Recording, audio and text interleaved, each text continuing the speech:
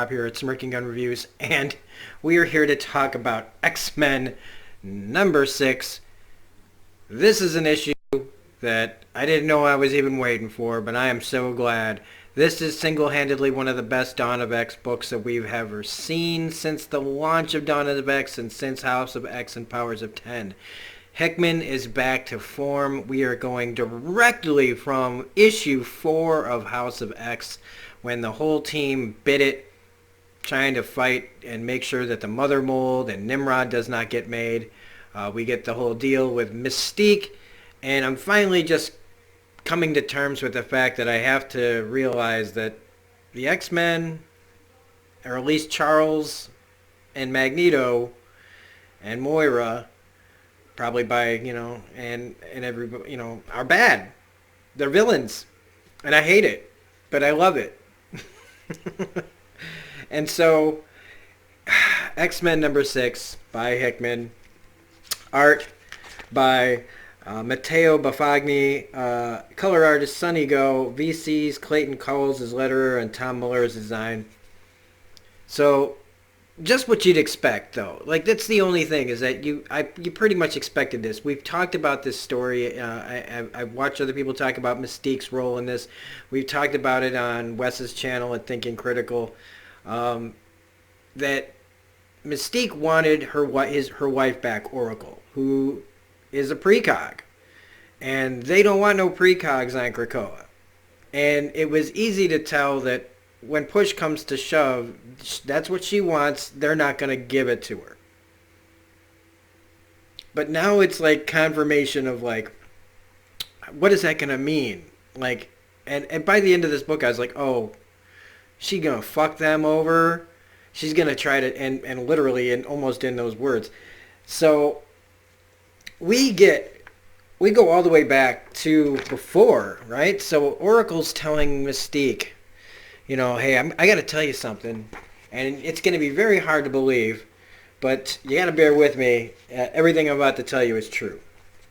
And so we go to the humans making the Mother Mold, getting all their ducks in a row, but then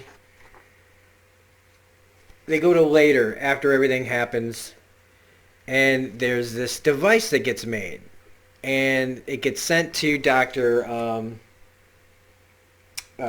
Alice Gregor, the lady whose husband died in the fight against the X-Men. And we see that she is working on bringing her husband back, just like she's trying to resurrect him. But it looks like that's what I thought. I was waiting for them to confirm it later in the book, and they do. That it looks like she's building a Nimrod, but a Nimrod for her husband. And again, we get the 3 whole pages of white pages, which is still kind of a bummer. But we have Mystique, and we get this whole story of, this is basically before the mission in House of X House of X number 4. They want her to not only go on this mission and oversee it, but they want her to plant a seed in the station.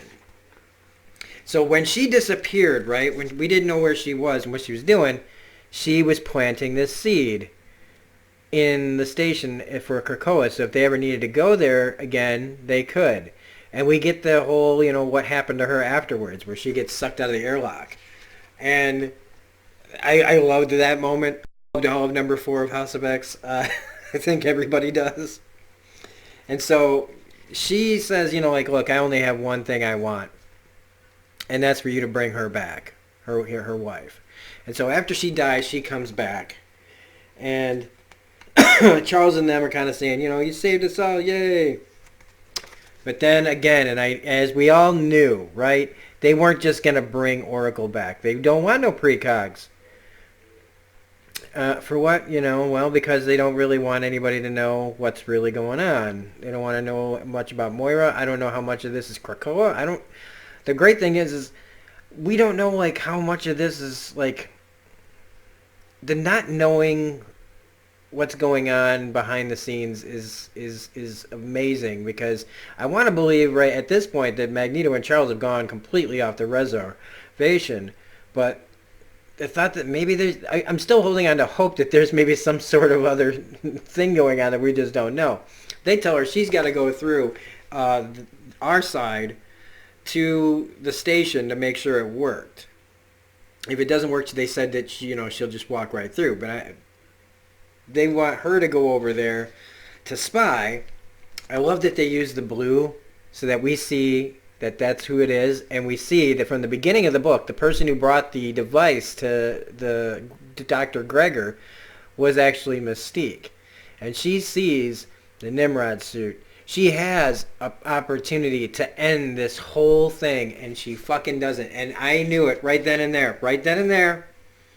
Mystique is not going to change because they're not willing to give her what she wants. And since they're not willing to bend, why should she? And honestly, I don't disagree with her. Mystique has always been out for herself. And they even try to throw her past and everything in her face, which I guess is valid, but they're like, how can we ever trust you? And she's like, because, I could have killed her, but, you want me to do something. We have laws. I love that. You didn't take care of it. Have you heard? We have laws. Not for that, not for them. And let's be honest, not for you. If you thought it needed doing, so why didn't you? Because you needed to know, and now you do. No, it's more than that. Out with it, Raven. I've been helpful. I've been cooperative. As much as it's not in my nature, I have done my part. But I'm not doing one more thing until you give her to me. And she's like, she's pissed. Bring her back. No. And they bring up the whole trust thing. And she yells at them, I want my wife back. And she'll return when you have earned it. And so she's like, all right, fine, maybe there's some time, I can go back tomorrow. And as soon as she said that, without even me turning the page, I'm like, she's gonna fuck you guys hard. Bareback. So, she's sitting there, she just straight up, I always hated you, man. I always hated you. Charles is basically like, hatred and fear, growing numb to it. Not because it doesn't bother me, but because of all of this is bigger than how we feel. It's bigger than me, and it's certainly bigger than you. And so we go back to, well, we don't go now. We're still in the now. And we hear Oracle telling Mystique, I'm about to tell you, listen very carefully, every word of it. I don't know why you're talking to me like this, Irene. Yes, I'm a skeptic, but I've always believed everything you have told me. Well, let's put that to the test, shall we? Years from now, long after I'm gone, long after I've left a broken you and this broken world behind, something is going to happen that will sound too good to be true to your cynical ears. Gone, if you can't see your death, if you can see your death, then you're focusing on the wrong part, my dear. Listen, hear the words of an oracle. There will be an island, not the first, but the last. This place will seem to be hope for our kind. They will invite you in, lift you up, and then deny you the one thing you want. Oh, they will promise it to you, but they'll do everything they can not to honor their word because they're afraid. Yep. They want us blind for some reason. Yep.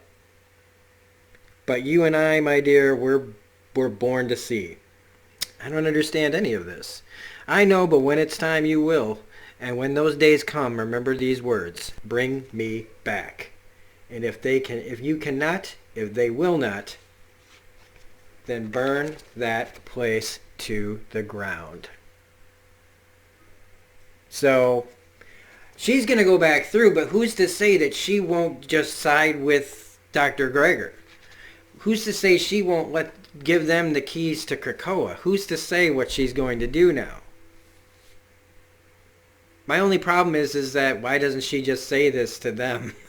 But she can't, right? Because at this point, hearing those words, remembering those words, kind of, and knowing this the whole time they were telling her all these things, that you got to do this and we'll bring her back, and knowing that they probably won't and never intended to.